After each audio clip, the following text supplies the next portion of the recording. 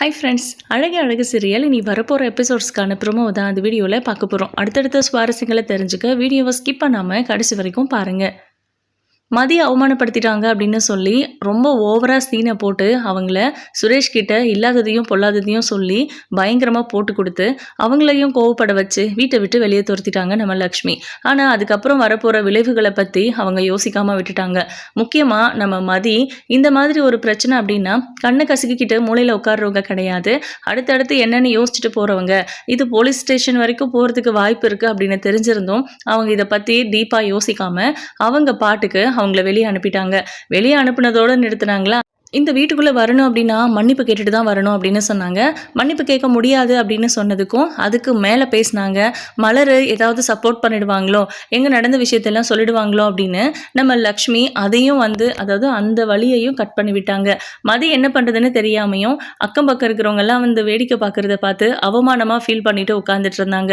அவங்க அப்பாவுக்கு ஃபோன் பண்ணி உங்கள் பொண்ணை கூட்டிகிட்டு போங்க அப்படின்னு சொல்லிட்டாங்க. அவரும் வேறு வழியே இல்லாமல் கூட்டிகிட்டு போயிட்டாங்க. ஸோ இந்த அளவுக்கு அவமானப்படுத்தினதுக்கு அப்புறமும் மதி அந்த வீட்டுக்கு போனதும் அந்த வீட்லேயும் மறுபடியும் அதே அட்வைஸ் தான். அதையும் தாங்கிக்கிட்டு இருந்தா சுரேஷ் மறுபடியும் கால் பண்ணி இந்த வீட்டு பக்கம் வந்தால் கொன்னுடுவேன், உனக்கெல்லாம் பொம்பளையாக இருக்க தகுதியே இல்லை அப்படின்னு ஏதோ பேசிட்டாரு. இதுக்கு மேலே மதி சும்மாவாக இருக்க போகிறாங்க. நேராக போலீஸ் ஸ்டேஷனுக்கு போய் சுரேஷ் மேலே கொடுக்க வேண்டிய கம்ப்ளைண்ட்டை சுரேஷ் கிட்டேயே சொல்கிறாங்க. இதுதான் அவருக்கு பயங்கர ஷாக்கிங்காக இருந்துச்சு. அதை அவரால் ஏற்றுக்கவும் முடியல. சும்மா தேவையில்லாமல் இங்கே என்னை டென்ஷன் பண்ணிட்டு இருக்காது, வீட்டில் நடந்ததெல்லாம் போதாதா, இங்கேருந்து கிளம்பு அப்படின்னு சொன்னதுக்கு அவங்க இல்லை முடியவே முடியாது, நான் கொடுக்குற கம்ப்ளைண்ட்டுக்கு நீங்கள் ஆக்ஷன் எடுத்து தான் ஆகணும் அப்படின்னு அங்கேயே உட்காந்துட்டாங்க. அந்த சமயத்தில் தான் இன்ஸ்பெக்டர் இந்த விஷயத்தை கேள்விப்பட உடனே ஆக்ஷன் எடுக்கிறேன் அப்படின்னு சொல்லிட்டாரு. அவங்க வீட்டில் இருக்கிறவங்களையும் வர சொல்லிட்டாங்க. இப்போ நம்ம தங்கராஜுக்கு நல்ல குதூகலமாக இருக்குது. முக்கியமாக அந்த குடும்பத்தில் இருக்கிறவங்க யாராவது கஷ்டப்பட்டா தங்கராஜுக்கு அவ்வளோ சந்தோஷம். அதில் இவர் போயிட்டு அதை நல்லது பண்ணியும் அந்த பிரச்சனையிலேருந்து அவங்கள வெளியே கொண்டு வர மாதிரியும் பயங்கரமாக கிரியேட் பண்ணி நல்ல பேர் வாங்குறது. இதுதான் காலங்காலமாக வச்சுட்டு இருக்காரு போல இருக்கு அவரு. இப்போ நம்ம ரேவதியை கூப்பிட்டுட்டு அங்கே போய் அவங்கள பயமுறுத்தாத மாதிரி பயமுறுத்தி அதுக்கு ஆறுதலும் நம்ம தங்கராஜே சொல்லி அவங்கள அங்கேருந்து கூட்டிகிட்டு கிளம்புனாங்க. மலர் அப்பவும் ஒரு வார்த்தை கேட்டாங்க, நான் வரட்டுமா அப்படின்னு. அதெல்லாம் ஒன்றும் வேண்டாம், நாங்கள் பார்த்துக்குறோம், நீ வீட்டை பார்த்துக்குன்னு சொல்லிட்டு கிளம்பிட்டாங்க. ஆனால் இப்போவாச்சு மலரோட அருமை இவங்களுக்கு தெரிஞ்சிருந்துருக்கணும். ஆனால் மலர் இருக்கிறது தான் நார்மல் அப்படிங்கிற மாதிரியும் மதி இருக்கிறது ரொம்ப ரொம்ப நார்மல் இல்லாத விஷயம், எந்த வீட்லேயும் அப்படி நடக்காது அப்படின்னும் அவங்க யோசிச்சுட்டு இருக்காங்க. பட் மதி இந்த மாதிரிலாம் இருக்கிறத பார்த்துட்டு மலர் எவ்வளவோ பெட்டர், நல்ல பொண்ணு, அவள் இந்த வீட்டுக்கு கிடைச்சது நம்மளோட லக்கு அப்படின்லாம் இவங்க யோசிச்சிருந்துருக்கணும். பொதுவாக நல்ல குணம் இருக்கிறவங்களா இருந்தால் அப்படி தான் யோசிச்சிருந்துருக்கணும். பட் அவங்க அதெல்லாம் எதையுமே யோசிக்கலை. முக்கியமாக மலரை ஒரு ஆளாகவே அந்த வீட்டில் கன்சிடர் பண்ணுறது கிடையாது. இப்போ வரைக்கும் அவங்க எவ்வளோ மனசு வந்துக்கிட்டு இருக்காங்க அப்படிங்கிறத யாராலையும் புரிஞ்சுக்க முடியாது.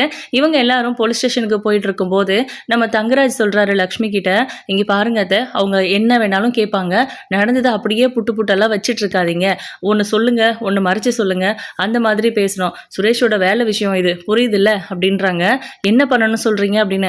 அங்கே ஒரு வேளை நம்மளை மதிக்கிட்ட மன்னிப்பு கேட்க சொல்கிறதுக்கு நிறைய வாய்ப்பு இருக்குது அப்படின்னு சொல்கிறாங்க. அவகிட்ட நாம் மன்னிப்பு கேட்கணுமா அப்படின்றாங்க நம்ம ராகவன். லக்ஷ்மி மட்டும் ரொம்ப பதற்றமாகவும் பயமாகவுமே இருக்காங்க.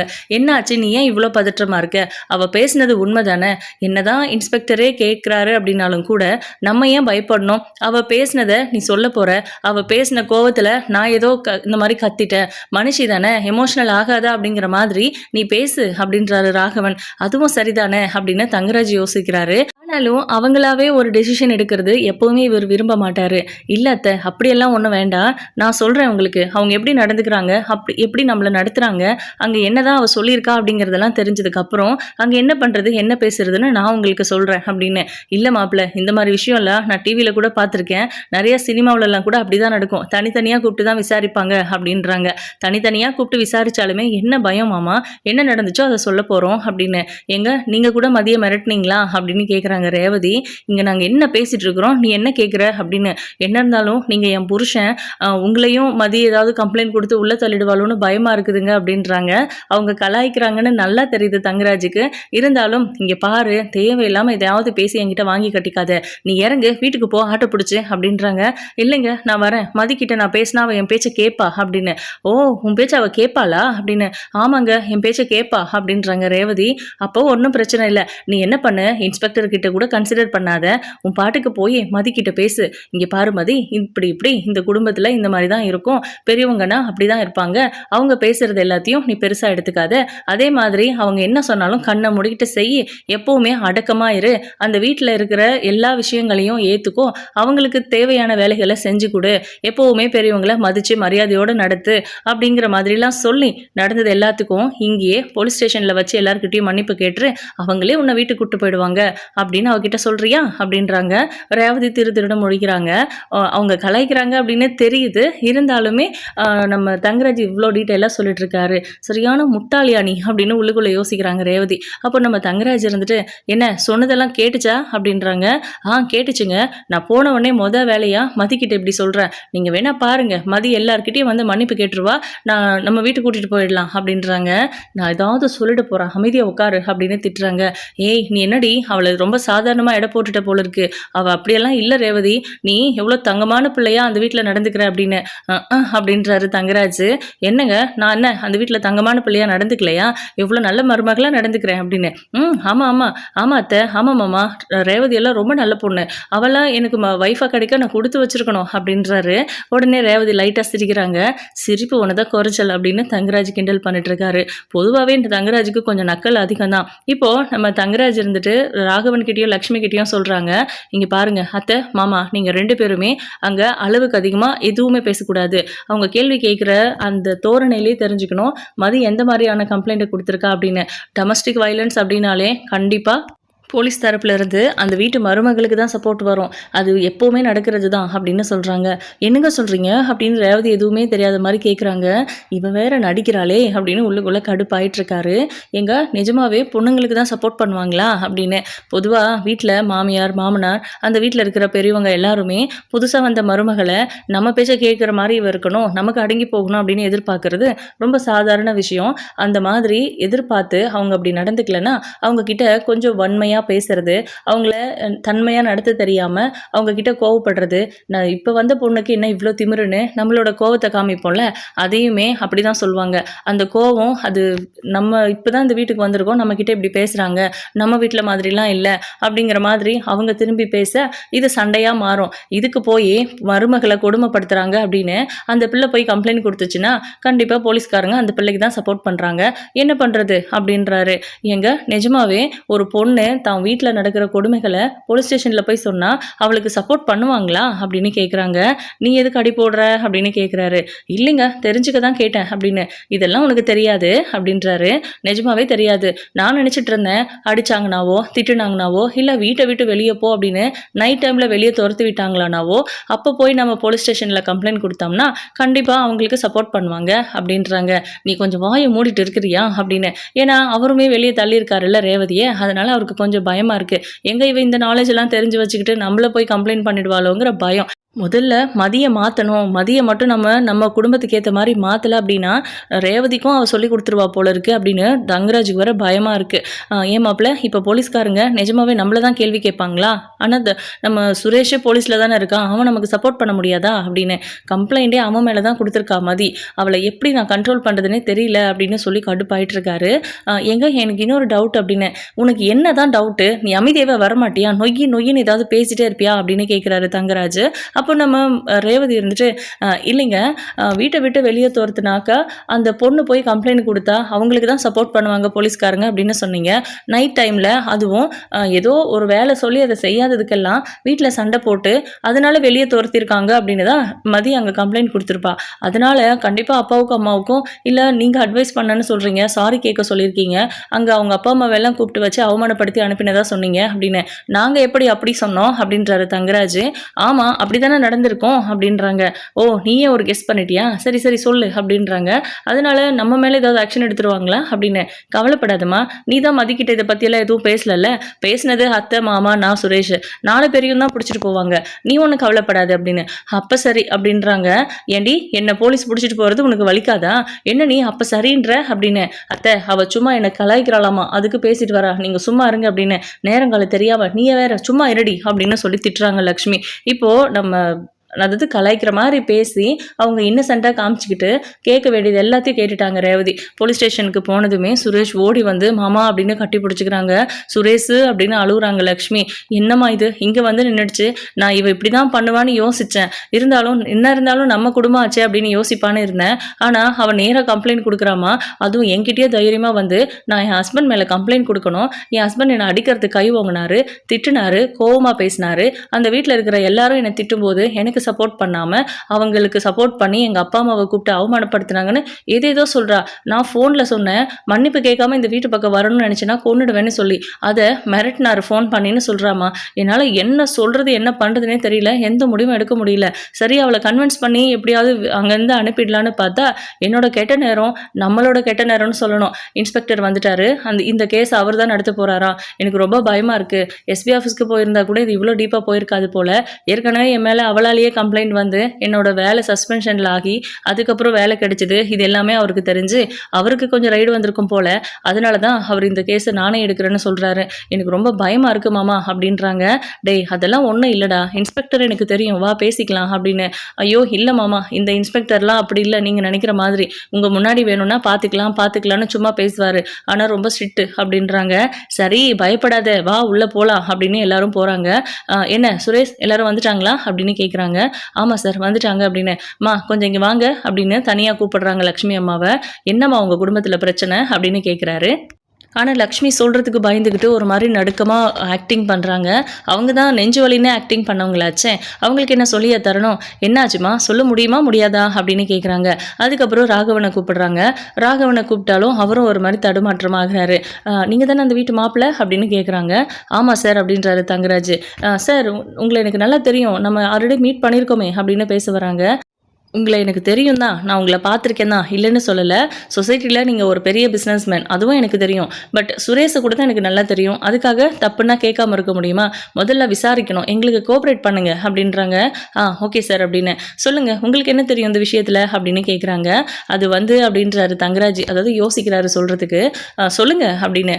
இல்லை ஆக்சுவலாக நான் எல்லா பிரச்சனையும் நடந்து முடிஞ்சதுக்கப்புறம் இவ இந்த மாதிரிலாம் பேசிட்டா அப்படின்னு அத்தை ஃபோன் பண்ணி சொல்லவும் தான் நான் அங்கே வந்தேன். ஆக்சுவலாக நான் வரதுக்கு முன்னாடி எல்லா பிரச்சனையும் நடந்து முடிஞ்சிருந்தது. ஆனால் மதிக்கிட்ட வந்து சாரி கேட்க சொன்னேன். பெரியவங்க ஏதோ பேசிட்டாங்க, நீயும் அவங்க கூட பேசுவியா, அவங்க கூட சாரி கேட்டுட்டு சமாதானமாக போன்னு சொன்னேன், அவ்வளவுதான் அப்படின்றாங்க. உடனே மதி இருந்துட்டு இல்லை சார் பொய் சொல்கிறாங்க, இவ்வளோ அழகாலாம் என்கிட்ட அவர் பேசலை, மிரட்டினாங்க அப்படின்றாங்க. மிரட்டினாங்களா அப்படின்னு இன்ஸ்பெக்டர் கேட்குறாரு.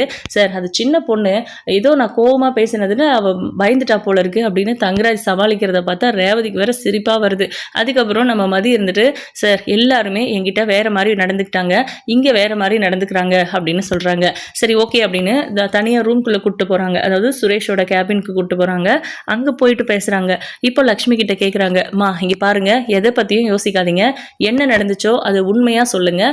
அந்த மாதிரி நீங்கள் உண்மையை சொல்லிட்டீங்க அப்படின்னாலே உங்களை பிரச்சனை சுத்தாதுன்னு அர்த்தம். ஆனால் பொய் சொன்னீங்கன்னா அந்த உண்மையை கண்டுபிடிச்சதுக்கப்புறம் நீங்கள் இந்த குற்றம் பண்ணதும் இல்லாமல் பொய் சொல்லி நீங்கள் பண்ண குற்றத்தை மறைக்க பார்த்துருக்கீங்கன்னு அதுக்கு ஒரு கேஸ் வரும். அதனால் நீங்கள் என்ன நடந்துச்சோ அதை மட்டும் சொல்லுங்கள், கண்டிப்பாக ஒரு உண்மைங்கிறது வந்து வெளியே வந்துடும், எப்படியாவது நாங்கள் ப்ரூவ் பண்ணிடுவோம் அப்படின்றாங்க.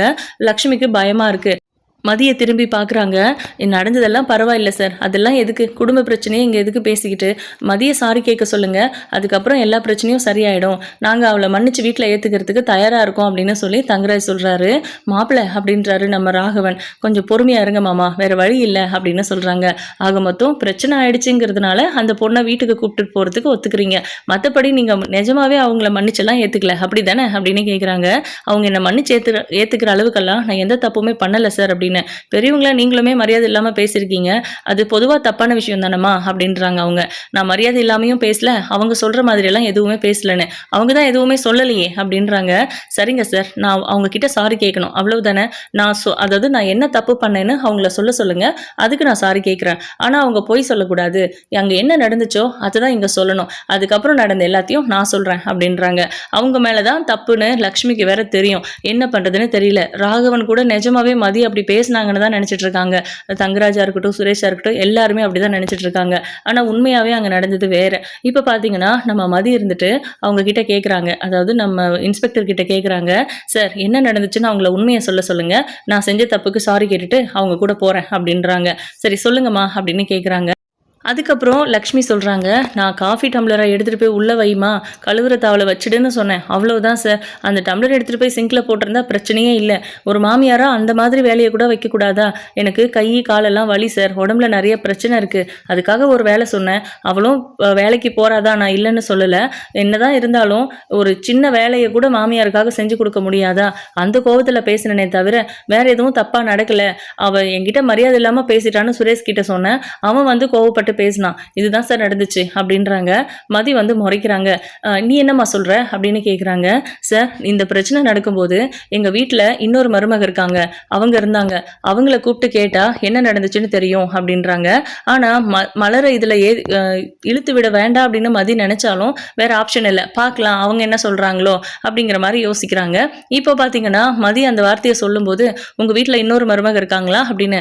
ஆமாம், அவள் மூத்த மருமக, அவள் உண்மையிலேயே தங்கம்னு தான் சொல்லணும். எங்கள் எல்லாரையும் எவ்வளோ நல்லா பார்த்துப்பா, அந்த வீட்டுக்கு ஏற்ற மருமக அவதான் அப்படின்லாம் சொல்லிட்டு இருக்காங்க. சரி, அவங்கள கூட்டிகிட்டு வர ஏற்பாடு பண்ணுங்க சுரேஷ் அப்படின்னு சொல்லிட்டு அவர் ஏதோ ஃபோன் கால் பேச போயிடுறாரு. சுரேஷ்க்கு வேற வழியே இல்லை. அம்மா, நீங்கள் பயப்படாதீங்க, அதான் அண்ணியை கூப்பிட்டுருக்கோம்ல, அவங்க சொல்லுவாங்க இங்கே என்ன நடந்துச்சுன்னு அப்படின்றாங்க. லக்ஷ்மிக்கு வேற ஒரு மாதிரி பதற்றம் ஆகுது, என்ன பண்ணுறதுனே தெரியல. இப்போ லக்ஷ்மி போயிட்டு ராகவன் கிட்ட சொல்கிறாங்க, வேற வழியே இல்லாமல், அங்கே நான் சொன்னேன்ல அதெல்லாம் அவள் பேசலைங்க, கோவத்தில் நானாதான் அவள் அப்படி பேசினான்னு சொல்லிட்டேன் அப்படின்றாங்க. என்ன சொல்ற லக்ஷ்மி அப்படின்னு பதறாரு. என்னாச்சு மாமா அப்படின்னு தங்கராஜ் வராரு. அவர்கிட்டயும் விஷயத்த சொல்றாங்க. நீங்க இதெல்லாம் முதல்ல சொல்லியிருக்கணும் அப்படின்னு. அப்புறம் சுரேஷ் கிட்டயும் சொல்றாங்க. இப்போ இவங்க 4 பேருமா கலந்து பேசிக்கிற விஷயம் என்னன்னா, அவள் ஒரு வார்த்தை கேட்டிருக்கா, அதை போய் இப்படி பேசினா அப்படி பேசினான்னு நீங்களும் பயங்கரமாக ட்ராமா பண்ணி இவ்வளோ பெரிய இடத்துல கூட்டிகிட்டு வந்து நிறுத்திருக்கீங்களேம்மா அப்படின்னு சுரேஷ் கோவப்படுறாரு. இது என் வேலை சம்மந்தப்பட்ட விஷயம், அவள் இப்படி தான் பண்ணுவான்னு கூட நீங்கள் யோசிக்க மாட்டீங்களா? நானுமே உங்களை மரியாதை இல்லாமல் பேசிட்டாங்கிற கோவத்தில் அவளை என்னென்னமோ திட்டிட்டேன், இப்போ பாருங்கள் எங்கே வந்து நிற்குது அப்படின்னு. அப்போ ரேவதி வராங்க. என்னாச்சுன்னு உங்கள் அக்காவுக்கு தெரிய வேண்டாம் அப்படின்னு தங்கராஜ் சொல்ல வராரு.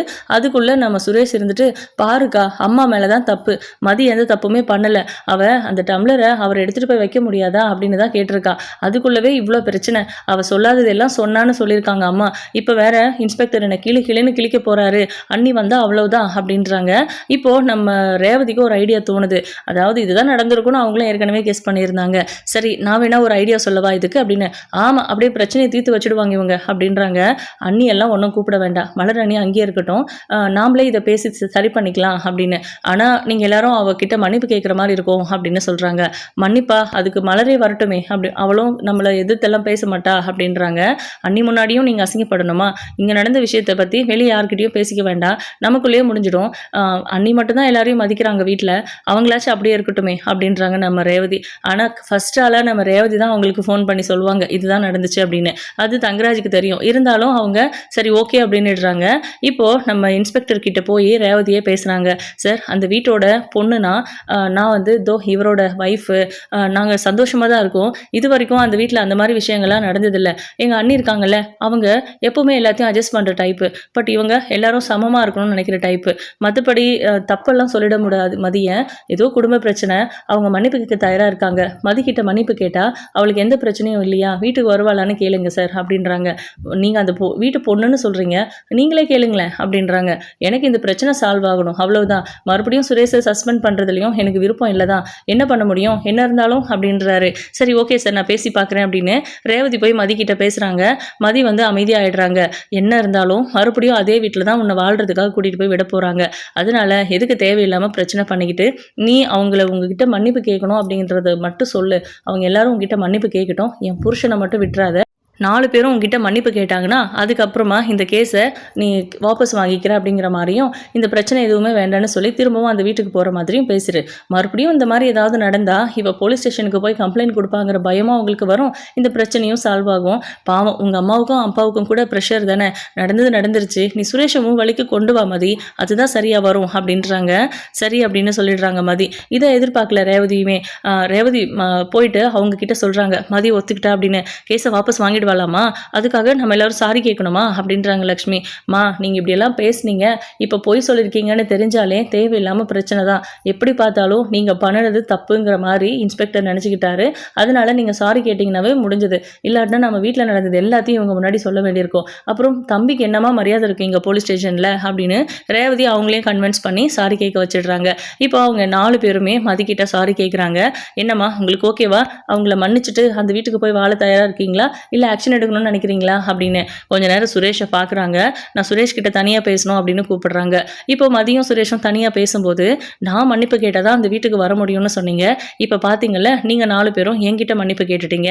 என்ன நடந்துச்சுங்கிறத என்கிட்ட நீங்கள் கேட்டிருந்தாலே அது எந்த பிரச்சனையும் இல்லாமல் முடிஞ்சிருந்திருக்கும். உங்கள் அம்மா தான் ஏதோ வயசானவங்க, அவங்க இஷ்டத்துக்கு என் மேலே பழிய போடுறாங்கன்னா நான் அந்த மாதிரி பேச மாட்டேன். இல்லை நான் தேவையில்லாமல் செஞ்ச தப்பை இல்லைன்னு சொல்லியோ இல்லை மறைச்சு போய் சொல்கிறதோ கிடையாதுன்னு உங்களுக்கு தெரியும்ல. எந்த புரிதல் கூட இல்லாமல் உங்கள் கூட வாழ்ந்து என்ன பண்ண போகிறேன்னு எனக்கு தெரியல. ஆனால் இருந்தாலும் சீக்கிரமாக இது எல்லாமே சரியாகும்னு நான் நம்பி அந்த வீட்டுக்கு வரேன். அதே மாதிரி நான் இன்னொரு விஷயத்தையும் சொல்லிடுறேன். மறுபடியும் இந்த மாதிரி ஏதாவது ஒரு சுச்சுவேஷன் அமைஞ்சிச்சு அப்படின்னா நான் உங்ககிட்ட கம்ப்ளைண்ட் கொடுக்க வரமாட்டேன். டைரெக்டாக எஸ்பி ஆஃபீஸ்க்கு தான் போவேன். அதையும் உங்கள் வீட்டில் இருக்கிறவங்க கிட்ட சொல்லிடுங்க. இது எல்லாத்துக்கும் சம்மதம்னாலே நான் அந்த வீட்டுக்கு வரேன் அப்படின்னு சொல்கிறாங்க. அதே மாதிரி எங்கள் அப்பா அம்மாவை கூப்பிட்டு அசிங்கப்படுத்தி அனுப்புனீங்கல்ல, அவங்ககிட்டையும் நீங்கள் சாரி கேட்கணும். இல்லைனா நடந்த விஷயத்தையும் எல்லாத்தையுமே சொல்லி அவங்கள நான் போய் கம்ப்ளைண்ட் கொடுக்க வைப்பேன் அப்படின்னு. ரொம்ப ஓவராக பண்ணாது என்ன அப்படின்றாரு சுரேஷ். சரி சரி பொழைச்சி போங்க அப்படின்றாங்க மதி. இதுக்கப்புறம் எந்த மாதிரி கதைக்களம் அமைய போகுது, நம்ம மலர்கிட்ட போய் இந்த விஷயத்த சொல்லி கண்டிப்பாக ரேவதி சந்தோஷப்படுவாங்க. பரவாயில்ல சாதிச்சுட்டா ஜெயிச்சுட்டா அப்படின்னு அவ்வளோ பெருமையாக நினைப்பாங்க மலர். இதுக்கப்புறம் தான் அவங்களும் கொஞ்சம் போல்டாக நடந்துப்பாங்கன்னு நான் நினைக்கிறேன். உங்களோட கருத்துக்களை கமெண்ட் பண்ணுங்கள். இந்த வீடியோ பிடிச்சிருந்தா ஒரு லைக் கொடுங்க. தேங்க்யூ.